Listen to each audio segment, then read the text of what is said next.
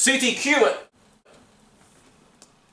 Alright, hi, it's me, Jack, and I'm doing a TV recap episode on my own because both Tori and Brandon are busy. CTQ is off doing his mysterious things, being all mysterious like that, such as making Ozzy over there, as I tend to call him. But anyway, sorry for the delay in a TV recap.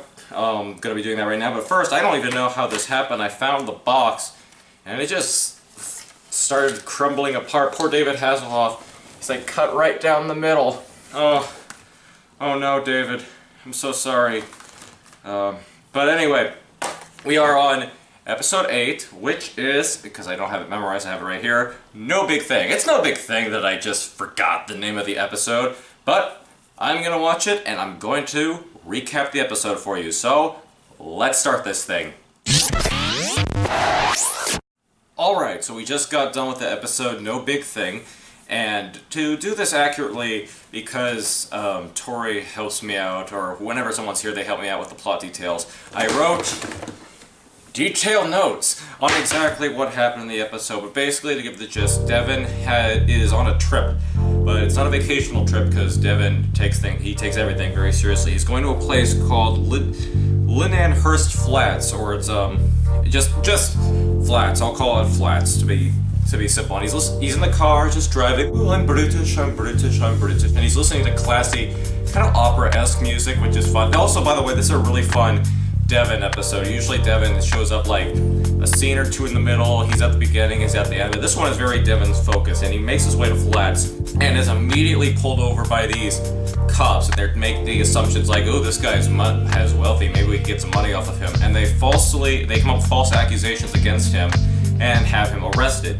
Meanwhile, Kit and Michael are driving off, and there's a funny little joke about Kit talking to Michael, telling him, oh, you had this fling with this one lady, and also they're going to get some gas. And this guy and his mother, they see Kit and they're like, you know, that'd be a good car we could get. Let's put an ice pick through its tire. It's kind of a trend in these episodes, it seems like, where someone always tries to steal Kit, and you can either see and say that that's really annoying, or it's kind of a running funny gag. But it's in this situation they're getting gas, and this elderly gas station attendant tries to poke an ice pick through Kit's wheels, and he's like, oh, you can't do that, and it freaks the guy out. He's like, oh, well, the gas is on the house, and Michael's just smiling because he knows what Kit's doing. There's also a funny thing where Michael has installed into Kit a way to come up with football odds, like so Michael can either place bets on who will win, or just who he thinks is gonna win. It kind of reminded me of Back to the Future Part 2 with the almanac. So if you combine the DeLorean, if it was talking, and the sports almanac, that's what you get in this situation. It's funny. Michael gets a call from Bonnie, and Bonnie, I still don't really think we know much about her, especially when she showed up, because Bonnie is not in the two-part pilot. So I still don't, unless I missed something that's unheard of, right? I think we still need to know a little bit more about Bonnie. It's kind of like, I've mentioned before, an Eve Moneypenny James Bond kind of relationship, I think.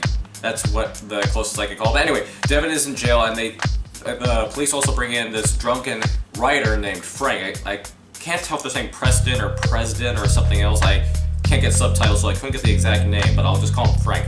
And Frank, it turns out, was a writer who was going to meet Devon. Devon was on his way to this town because there's been a series of weird things going on, like mostly corruption, and eventually it's revealed that the Judge Paxton, he basically runs the county and has everyone in his book. It's like there's only one good person in this town, it seems like, and it's the ex-wife of Frank, and we'll get to her in a minute. But it's like everyone in this town is just corrupt.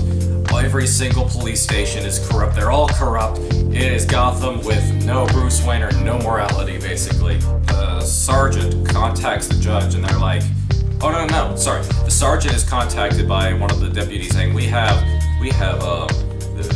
writer, Frank, was going to expose stuff on us. I'm like, oh, okay, bring him over. We need to talk to him first. And he takes out these gloves. I thought they'd be like brass knuckles, but it's just gloves. So I'm thinking, oh, no. They're gonna go 50 Shades of Grey on Frank here. It turns out they beat Frank up so rough that they kill him. He is dead. and the judge basically says, because the judge is this typical corrupt type of individual, and he says, now, Devon cannot speak, so put him in another prison.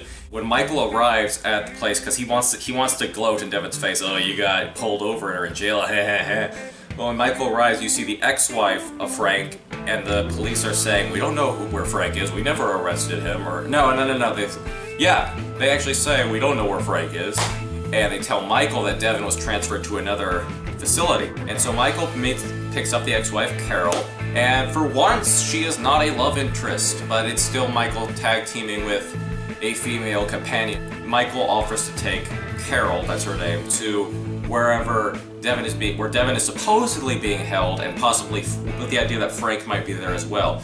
But once they get there, they find out that Devon was never moved there, and Carol says how this whole town is basically owned by the judge, and the judge did something disastrous. He did some kind of criminal act. I wasn't really sure what it was. It involved cement, and it went right over my head. It resulted in deaths, and Frank, who was a writer but had a drinking problem, was gonna expose the judge for being part of this corruption. Somehow he found out about it, and he was hoping to win the Pulitzer for this, and that's why the judge, he didn't want Frank killed because that would bring in more investigators, but he wanted Frank to be silenced. And so Devon is in this new facility, and he's actually contacted by some cellmates.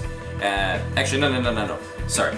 The cellmates are planning, these two cellmates are planning to escape, and Devon overhears it, and so they say, okay, we have to bring Devon with us because he'll spoil our jailbreak.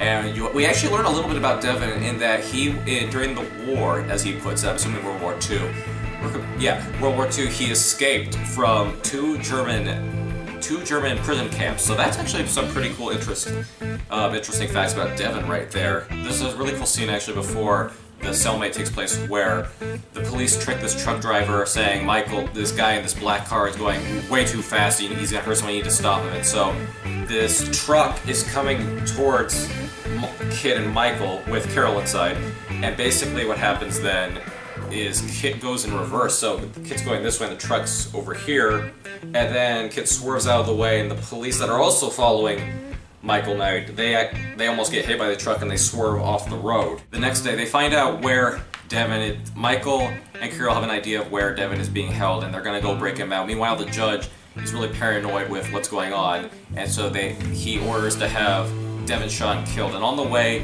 we have the standard scene of Kit introducing himself to the female companion.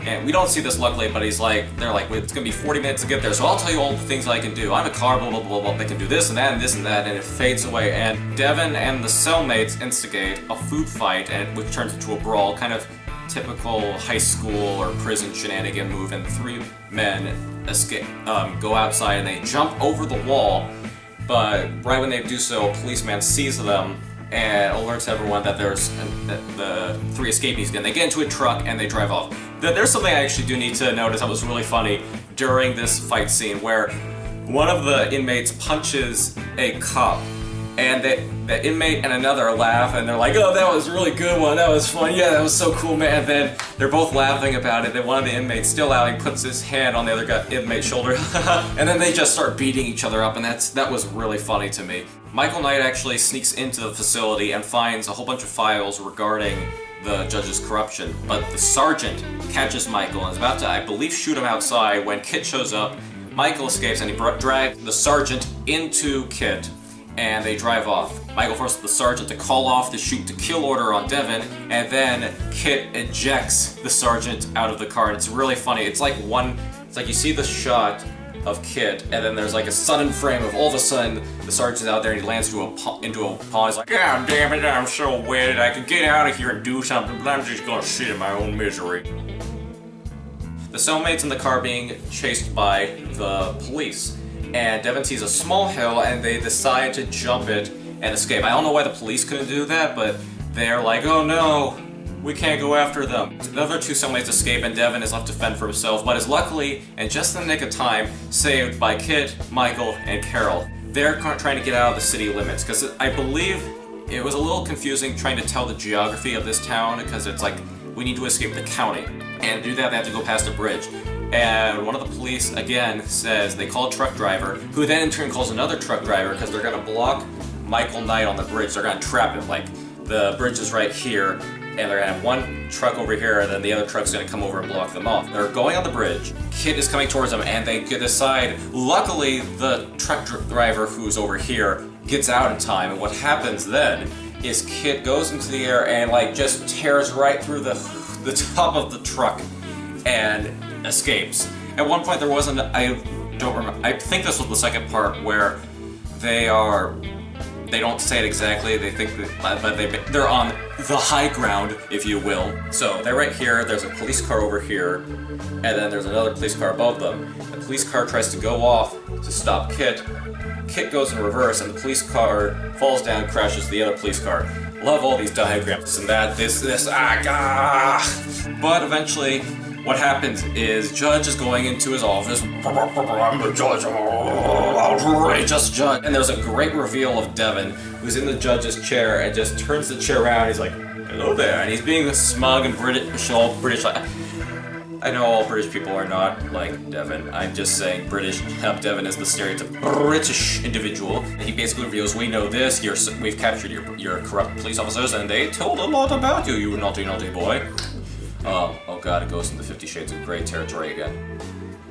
You have the sneaky move where the judge is going to his desk drawer to pull out a gun. And I thought what was going to happen is, and I believe this actually might have happened in another episode, but it's happened in movies before. I was thinking Devon actually took the bullets out of the gun, but that's not the case. Devon didn't know that, and with one punch he knocks out the judge, and Devon is like, man, that feels incredible. We find out that as Devon, Michael, and K.I.T.T drive away, which does not end with Michael getting into a relationship. For once, Michael is not Captain Kirk, folks. We are revealed that the judge and the corrupt officers are arrested, so I guess there's no police in the district anymore, and it's all anarchy and chaos. And even though he's deceased, Frank was able to get a Pulitzer, which I believe probably, it's kind of like a post-unanimous Pulitzer, probably. And there's a funny little joke about how K.I.T.T has to slow down, and they're asking, why are you slowing down, K.I.T.T? Well, there's a police car that's nearby, and I'm afraid that Devon has a reputation now amongst police officers, and they just laugh, ha ha ha.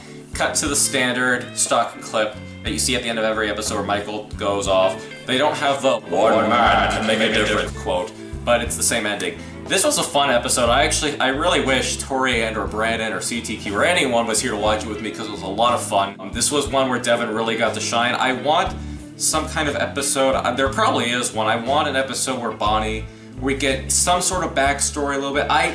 Full disclosure, they probably did give something and I just missed it, but I think I need to understand a little bit more about who Bonnie is. My comparison still is she's like the Eve Moneypenny of the series, where she has the flirtatious relationship with Michael Knight and all that, but it's a really fun episode. I know it's taken a while to get on a TV recap, and I know it's kind of weird not having a guest. I apologize for that, but unfortunately, a lot of schedules, and Ozzy over there can't help out because, well, he's an inanimate object.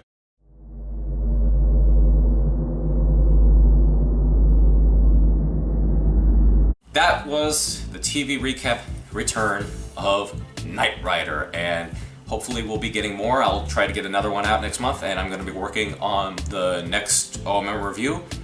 Thanks, and I'll see you guys later. One man can make a difference. Or something like that, I don't know.